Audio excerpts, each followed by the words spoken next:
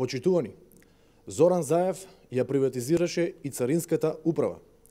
Царината и формално стана општинска организација на СДСМ, а непотизмот и партиските заслуги единствен критериум за вработување.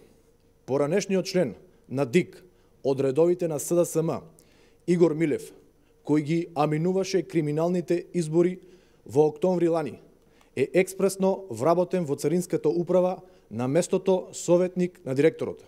Сопругата на Милев, Тања Милева, пред само 6 месеци, иако беше трето рангирана, ја именуваа за судија во Скопска апелација. Милева стана судија, а прво и второ рангираните беа одбиени. Ова е кадровската политика на СДСМ. Вака се заробува државата и институциите. Според информациите кои кружат во Царина, Игор Милев добил одврзени раце да ги спроведува партиските задачи.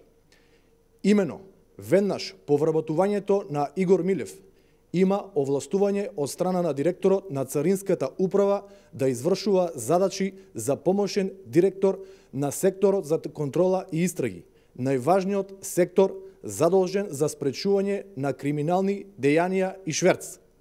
Според кои квалификации е вработен Милев? Дали криминалниот картел го награди Милев за аминувањето на криминалните локални избори во октомври лани во место во Царинската управа? Зоран Заев треба да одговори и дали комисијата за избор била составена од Валентина Пивоварова, сопруга на Владимир Пивоваров, поранешен советник на Оливер Спасовски и сегашен национален координатор за гранично управување, Саша Гошева, советник од СДСМ во Советот на Општина Центар од 2013 до 2017 година и Горан Гелевски, советник на директорот на Царинската управа.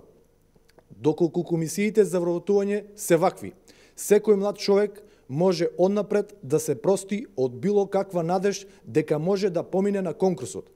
Државните институции стануваат место за вдомување на партиски војници на СДСМ, а долговите кон нив Зоран Заев ги враќа со пари на граѓаните преку високите плати.